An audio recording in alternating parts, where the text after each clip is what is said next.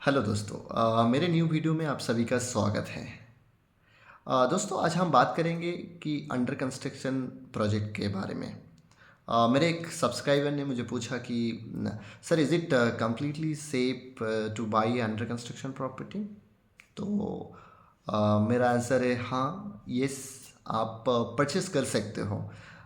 इसमें कुछ भी सेफ मीन्स फर्स्ट आपको ये ध्यान देना है कि भाई ये रेरा में रजिस्टर्ड है कि नहीं।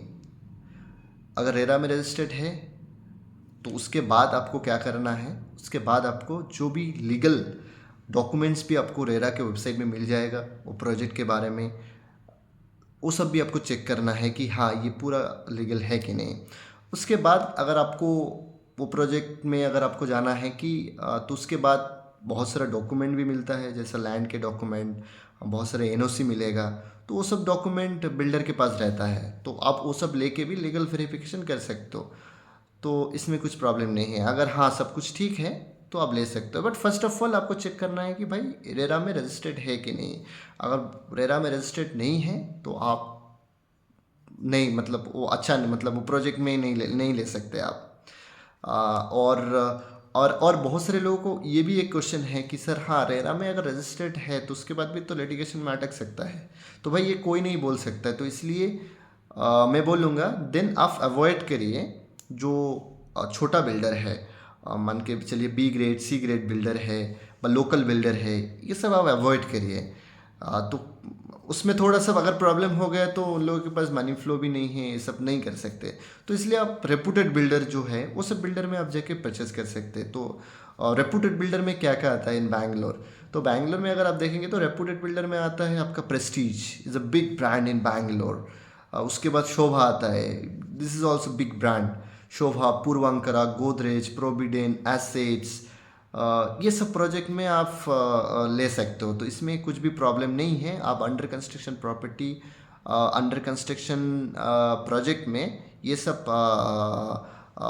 बिल्डर के आप ले सकते हो। This is completely safe, but आपको लीगल वेरिफिकेशन करके ही लेना है। ऐसा नहीं है कि आप जाके बुक कर दिया, बट आपको लीगल वेरिफिकेशन करके आप ले सकते हो, ऐसा कुछ प्रॉब्लम नहीं है। तो और एक इसने बोला मुझे, मेरा सब्सक्राइबर ने बोला कि भाई अभी हम लोग जो अंडर कंस्ट्रक्शन प्रॉपर्टी में परचेस करेंगे तो व्हाट इज़ द प्रोसेस, कि उसमें प्रोसेस क्या है। जैसे मान के चलिए अभी हम लोग रीसेल में अगर खरीदने के लिए जा रहेंगे जो रेडी टू मूव इन है, उसमें आपको क्या है, 1 करोड़ का प्रॉपर्टी है, 1 करोड़ आपको देना है, रजिस्ट्रेशन करना है, आपको पोजीशन लेना है, ख़त्म। बट अंडर कंस्ट्रक्शन में क्या होता है, मान के चलिए मैं फर्स्ट फ्लोर में लिया हूँ।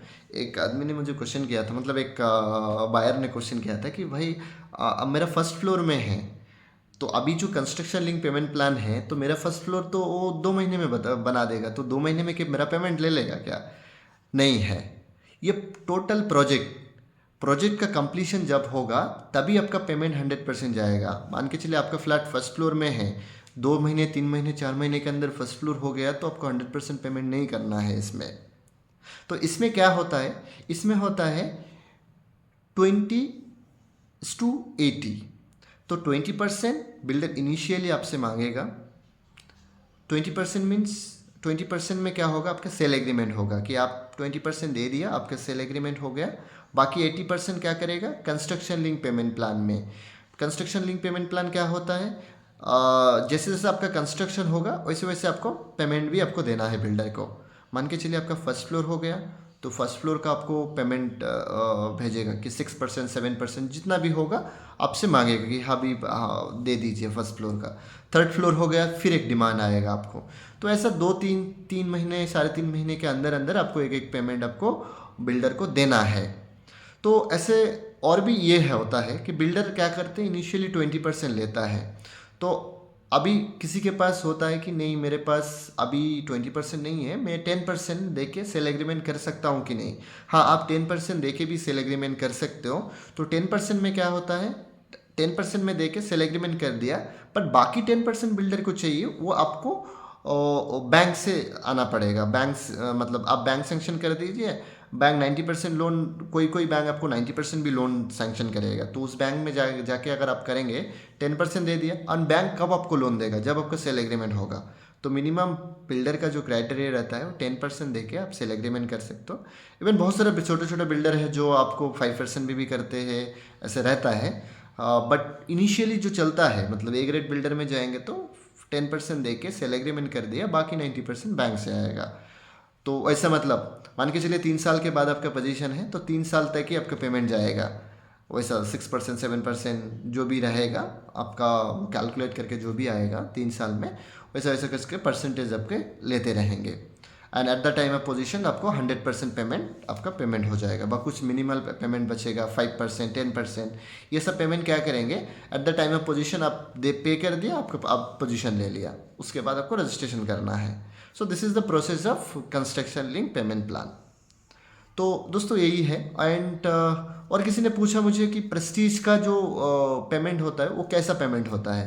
दोस्तों प्रेस्टीज का पेमेंट जो होता है, प्रेस्टीज में पीरियोडिकल पेमेंट होता है, मतलब टाइम बॉन्ड, मतलब एक फिक्स टाइम रहता है, उस टाइम के अंदर आपको पेमेंट करना है। तो आपको फर्स्ट फ्लोर होने नहीं होने मतलब वो सब नहीं मायने रखता है प्रेस्टीज में। प्रेस्टीज में होता है ये, आपको एवरी 2 मंथ एवरी 3 मंथ आपको पेमेंट करना है। तो ऐसा रहता है, मान के चलिए जनवरी में आपने एक पेमेंट दे दिया, ठीक है, जनवरी फरवरी मार्च में आपको एक पेमेंट आएगा। तो ऐसा ऐसा करके आपको पेमेंट करना है प्रेस्टीज में। तो आई थिंक आप सभी का ये सब पूरा क्लियर हो गया। तो कुछ भी डाउट है तो आप मुझे कमेंट में आप मेरे कमेंट बॉक्स में कमेंट कर सकते हो, ठीक है। मैं उस टॉपिक में वीडियो बनाऊंगा एंड आपको रिप्लाई भी कर दूंगा मैं। Thank you so much.